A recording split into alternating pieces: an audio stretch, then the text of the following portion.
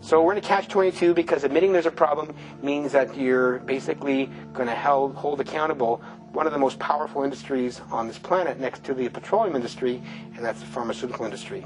There's no malice here. There's no ill will. There's no vendetta. But ladies and gentlemen, the fact is we've done something very wrong here, and until we wake up and recognize it and admit we have to find some equitable means of moving forward, that it won't stop. And when the damage is being caused outstrip the ability to go help fix the damage that's been caused, then you'll never catch up to stopping this from going on, because you'll always have more patients coming in than you can ever help in any way.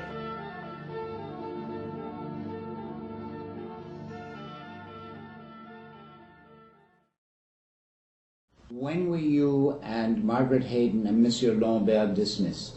On July 14th, 2004, because after, or even before, we were called before the Senate.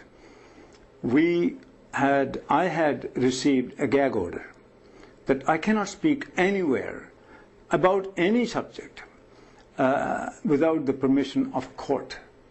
And so I challenged that. And Margaret Hayden also received an instruction not to speak about any matter to anybody, anywhere. So two of us challenged this under the Charter of Rights and Freedoms in the federal court. And we won. In September 2000, we won. The court ruled that not only did we have the right to blow the whistle, we actually had the obligation as public service officials to blow the whistle in matters relating to public health and safety. So it was our duty to have done what we did.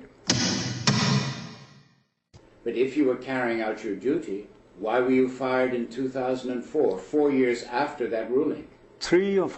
All three of us were fired simultaneously on the same day, while all three of us were on stress leave because they were now pressuring us to pass other drugs of questionable safety, and we were saying pressure on us is coming from the Privy Council of Canada, which means a series of prime ministers, ministers, deputy ministers, the whole Privy Council. They were being lobbied by the companies, and they were pressuring us to pass drugs of questionable safety. That was the issue. And so once the federal court decision came, then a decision was made to get rid of me and whoever stands by me. And ultimately, 4 of us were left. At one time, 200 scientists from Health Canada wrote that what Health Canada was doing was dangerous. It should not be done. It would jeopardize public safety. Nobody paid any attention.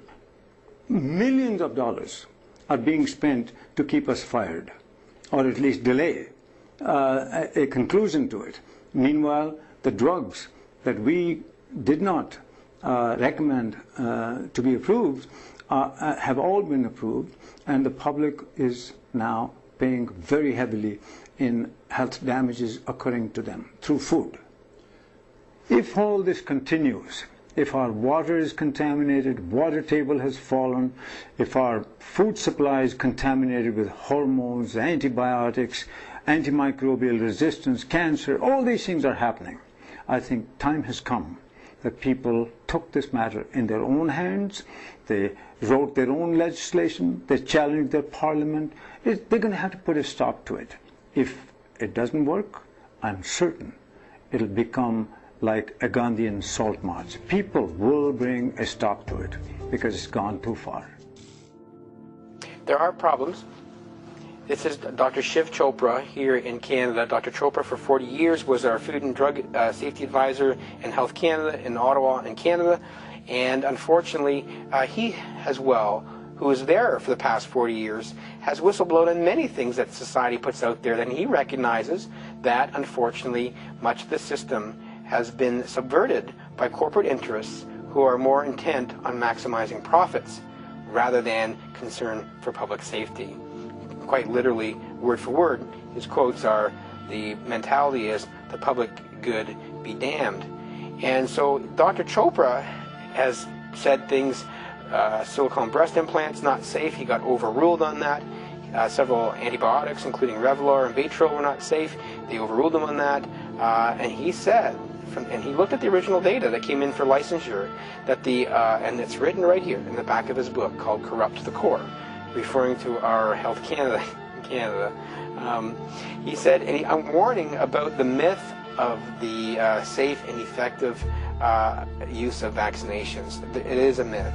And the fact that you can give vaccinations to an entire population and you don't see adverse events for 3 or 4 days, or you don't see greater significant differences in the incidence of autism between Group A and Group B, does not mean that the vaccines are not causally related.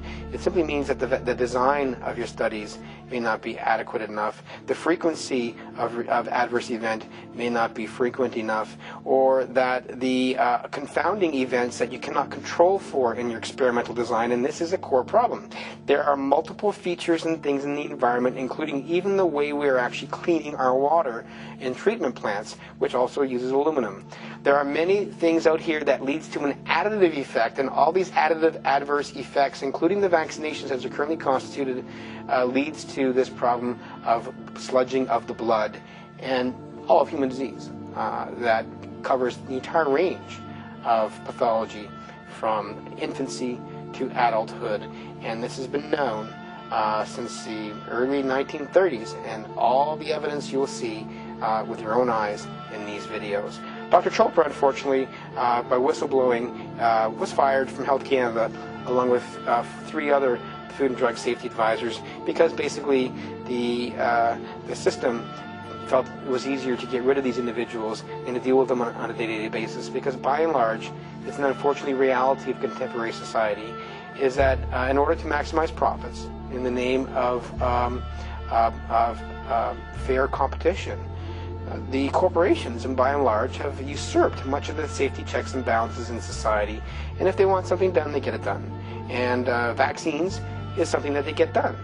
And a new product comes out, it's out to the market quick, market, and anything blocking your way there, it's kind of like a football game. We are kind of like the small A-League team, and you've got an NFL team, which is the big vaccine manufacturers, and they'll flatten the entire playing field, and they'll level the playing field and turn it all to their advantage. And unfortunately, advantage for that side is financial and profit, and the disadvantage on our side is our health and wellness.